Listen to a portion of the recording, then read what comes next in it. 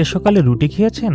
বাংলাদেশের প্রায় প্রতিটা ঘরে প্রতিদিন রুটি বা পরোটা হয়। আর সেই রুটির আটা ধবধবে সাদা হয় কিভাবে, সেটা কি কখনো ভেবেছেন? গম কখনো সাদা হয় না। এই সাদা রং আসে ব্লিচিং থেকে। আর সেই ব্লিচিং এর সময় সাদার ভেতরে এমন একটা যৌগ তৈরি হয় যেটা বিজ্ঞানীরা ল্যাবে ইঁদুরের শরীরে ডায়াবেটিস তৈরি করতে ব্যবহার করেন। 4টা কেমিক্যাল একটা আটার প্যাকেটেই, আজকে 4টাই বলবো।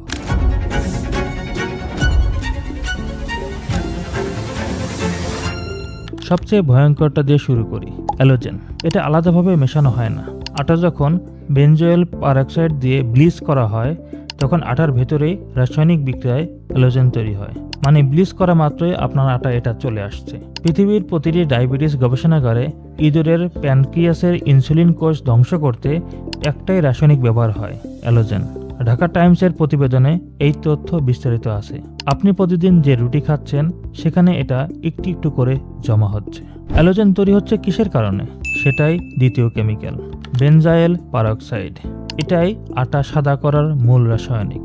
দাঁত সাদা করার জেলে, ব্রণের ওষুধে সেখানে ব্যবহার হয়, সেটাই আপনার আটায় মেশানো হচ্ছে। পাবমেডের 2025 সালের গবেষণাপত্রে বলা হচ্ছে ব্লিচ করা আটার দীর্ঘমেয়াদী ব্যবহার আলঝেইমার এবং পার্কিনসন রোগের সাথে সম্পর্কিত হতে পারে।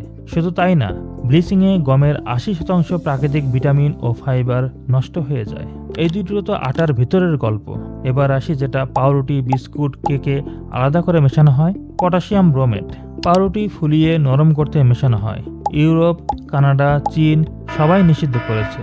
কারণটা সরাসরি, এটা একটি স্বীকৃত কার্সিনোজেন, মানে ক্যান্সার সৃষ্টিকারী। প্রথম আলোর 2021 সালের অনুসন্ধানে পাওয়া গেছে ঢাকার 67% পাউরুটির নমুনায় পটাশিয়াম ব্রোমেট আছে। কিডনি ক্যান্সার, থাইরয়েড ক্যান্সার এগুলোর সাথে সরাসরি সংযোগ পাওয়া গেছে। আর চতুর্থটা, নামটা শুনলেই চিনবেন, ক্লোরিন গ্যাস। আটা মিহি করতে এবং বেশি দিন টিকিয়ে রাখতে ব্যবহার হয়। এই একই ক্লোরিন প্রথম বিশ্বযুদ্ধে রাসায়নিক অস্ত্র হিসেবে ব্যবহৃত হয়েছিল। বিএফএস এর 2017 সালের আইনে নির্দিষ্ট মাত্রার বাইরে ব্লিচিং এজেন্ট নিষিদ্ধ, কিন্তু নজরদারির অভাবে প্রতিদিন ব্যবহার হচ্ছে। এটি শরীরের রোগ প্রতিরোধ ক্ষমতা কমিয়ে দেয়। তাহলে কি করবেন? দুটো অভ্যাস বদলান।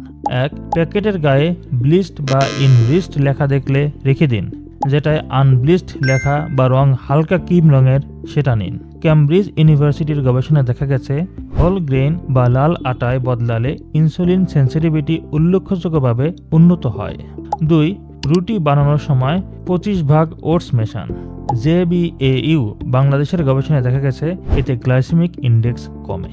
একটা প্রশ্ন রেখে যাই, গম প্রকৃতিতে কখনো সাদা হয় না, তাহলে আমরা কেন মেনে নিলাম যে আটা সাদা হতে হবে?